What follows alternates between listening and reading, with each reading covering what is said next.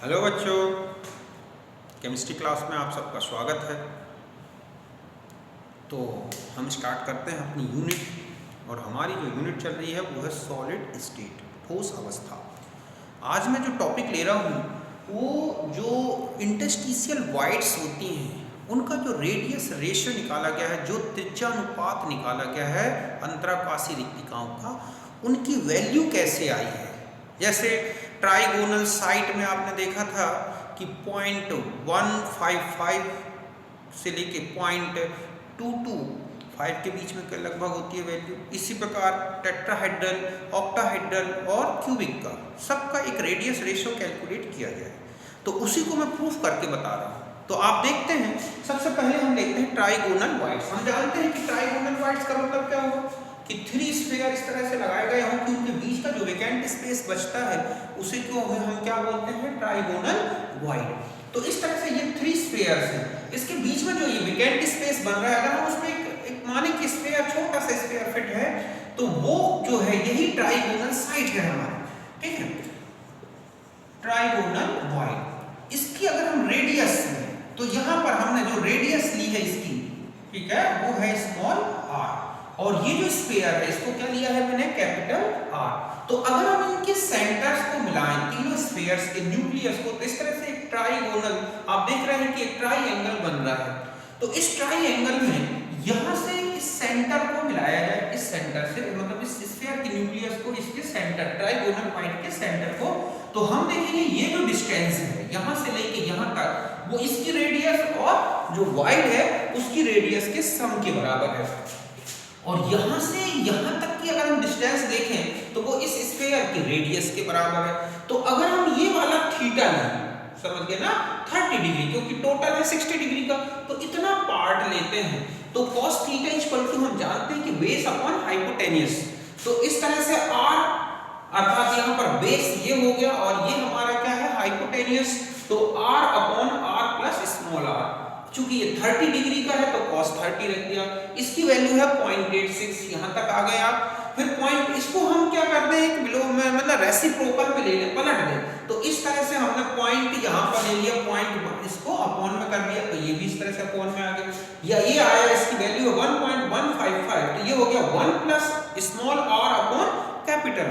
और यही हमारा क्या है यहाँ पर, रेडियस रेशियो, मतलब radius of void to the, ठीक है, रेडियस ऑफ क्या, स्फीयर, अर्थात त्रिज्या की जो है रिक्तिका की त्रिज्या और गोले की त्रिज्या का अनुपात, जो ये प्रूफ हो गया 0.155। इस तरह से जो ट्राइगोनल वॉइड है उसका जो रेडियस रेशियो है वो यहां से स्टार्ट होता है और 0.225 तक चलता है, जहां की टेट्राहेड्रल वॉइड आ जाती है। तो हम उसको भी प्रूफ करेंगे। तो आप समझ गए होंगे ना कि इस तरह से हमें दो, एक स्फीयर और एक वॉइड का, जो वॉइड की रेडियस है और स्फीयर की रेडियस, इसी के बेस पर ये पूरा हमें प्रूफ कर देना है। तो ये होता है ट्राइगोनल साइड का रेडियस रेशियो। तो आप इसे नोट कर लें।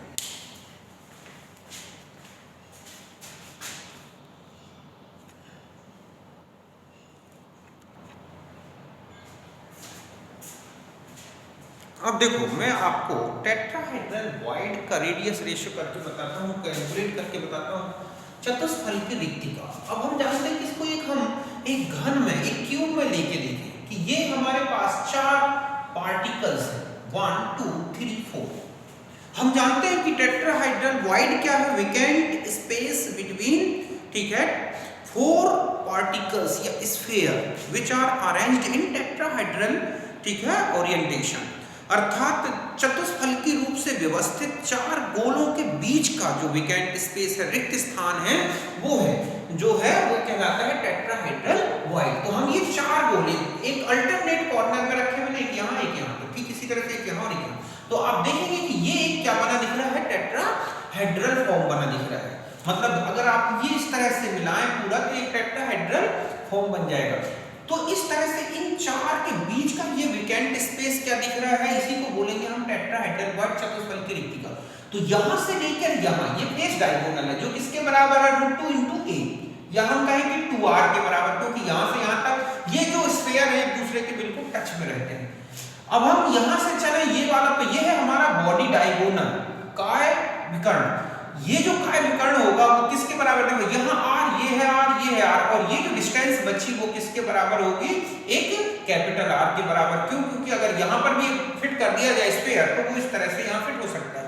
तो हमें चूंकि 4 स्फीयर ही लेने हैं, तो ये है हमारा फेस डायगोनल, ये है हमारा बॉडी डायगोनल। फेस डायगोनल फलक जो विकर्ण है वो 2r के बराबर है, और जो हमारा बॉडी डायगोनल है वो ये है 2 × 2 मतलब r + r, अर्थात इसके डबल के बराबर। तो हम यहाँ पर यही लिख रहे हैं कि 3a √3 × a = ये हो गया ये वैल्यू।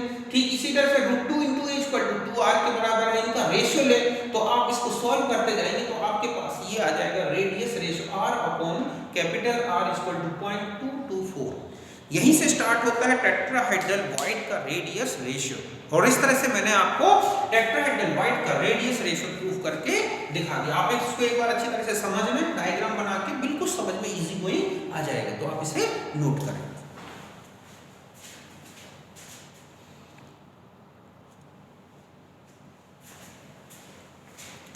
अब आप देखें ये है हमारा ऑक्टाहेड्रल वॉइड। ऑक्टाहेड्रल वॉइड हम जानते हैं कि ये क्या होते हैं कि 4 स्फीयर को एक प्लेन में लिया जाए और एक उसके ऊपर और एक किसके नीचे, उसके नीचे रखा जाए। तो इस तरह से 6 एटम्स 6 स्फीयर के बीच का जो वेकेंट स्पेस होता है उसे ही हम क्या बोलते हैं, ऑक्टाहेड्रल वॉइड। समझ गए ना कि 4 गोले एक तल में रखे हैं, एक उसके ऊपर और एक इसके नीचे। तो इस तरह से 6 गोलों के बीच का जो रिक्त स्थान है वही हमारा अष्टफल की रिक्तिका है। तो यहाँ पर मैंने वो केवल 4 प्लेनर जो स्फीयर है जो प्लेन में है उनको ले रहा हूँ, एक सामने की तरफ है और एक कहाँ है, बिल्कुल पीछे की तरफ। तो उसको तो चूंकि बना नहीं सकते 3 डायमेंशनल है, तो हम इस स्फीयर में 4 को ले लें, एक यहाँ ऊपर की तरफ है और एक पीछे की तरफ। तो इस तरह से यहाँ A B C D इस तरह का आप देख रहे हैं, ये एक प्रकार का क्या बन रहा है आपके पास, स्क्वायर। तो यहाँ A से लेके C तक की अगर आप डिस्टेंस देखें तो वो है r, स्मॉल r, फिर स्मॉल r, और ये यहाँ पर आ जाए तो कैपिटल R। और A से B तक के डिस्टेंस देखें तो ये जो है वो क्या है, 2r के बराबर। तो ये डिस्टेंस तो हो गई A, और ये है √2 × a, क्योंकि ये एक फेस में है, फेस डायगोनल हो गया।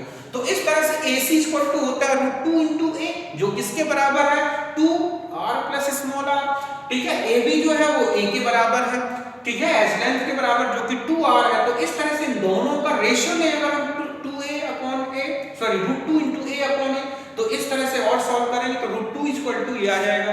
√2 की वैल्यू ये है 1.414, और इसी को आगे करें तो 1 + r ये है। ठीक है, तो हमारे पास r/R, तो ये वैल्यू जो है इससे माइनस करते हैं 1.414 से 1 को, तो हमारे पास आ जाएगा 0.414। यहाँ से स्टार्ट होता है कौन सा रेडियस जो है ऑक्टाहेड्रल का, और कहाँ तक होता है 0.732 का, क्यूबिक सिस्टम से वहां तक का, मतलब क्यूबिक सिस्टम आ जाता है। तो इस तरह से हमने देखा कि ये है ऑक्टाहेड्रल जो है हमारी वॉइड है, उसका क्या है ये रेडियस रेशियो, जो मैंने आपको प्रूफ कर दिया। तो आपकी समझ में ये आ गया होगा, तो आप इसे एक बार नोट कर लें। ओके,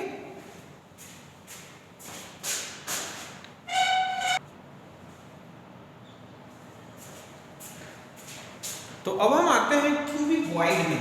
क्यूबिक वॉइड आप समझते हैं घनी रिक्तिका, कि इसमें क्या होता है कि 4 स्फीयर प्लेन में हो और फिर जस्ट उसके ऊपर हो वर्टिकली। तो उन 8 स्फीयर्स के बीच का जो वेकेंट स्पेस है वो क्या कहलाता है, क्यूबिक वॉइड। जैसे इस तरह से हम देख रहे हैं कि ये 4 गोले नीचे हैं और 4 कहाँ रखे गए हैं, ऊपर। तो इन 8 गोलों के बीच का जो वेकेंट स्पेस है वो क्या होगी, हमारी क्यूबिक वॉइड। तो हम इस तरह से उसको अगर हम एक डायग्राम से समझें तो हम देख रहे हैं कि ये जो क्यूबिक वॉइड है ये बॉडी सेंटर्ड है। तो यहाँ से लेके यहाँ तक की डिस्टेंस आप देखेंगे कि 2 स्फीयर की रेडियस और क्यूबिक वॉइड की रेडियस का सम है, जो बॉडी डायगोनल है। और ये जो आप देख रहे हैं जो कॉर्नर से एक कॉर्नर से दूसरे कॉर्नर की डिस्टेंस है वो क्या है, एज लेंथ, जो 2r के बराबर है। तो इस तरह से √3 × a = ये हो जाएगा 2 × r + r, और a जो है एज लेंथ है वो 2r के बराबर हो गया। तो इस तरह से आप इस वैल्यू को एक दूसरे का रेशियो में लें तो ये आ जाएगा, जो कि बाद में हमारे पास प्रूफ हो जाएगा, स्मॉल r/R = 0.732। तो इस तरह से हमने प्रूफ किया क्यूबिक वॉइड का रेडियस रेशियो। अगर हम इन सबको शॉर्ट में देखें तो हमारे पास 4 जो रेडियस रेशियो आए वो इस तरह से हो जाएंगे।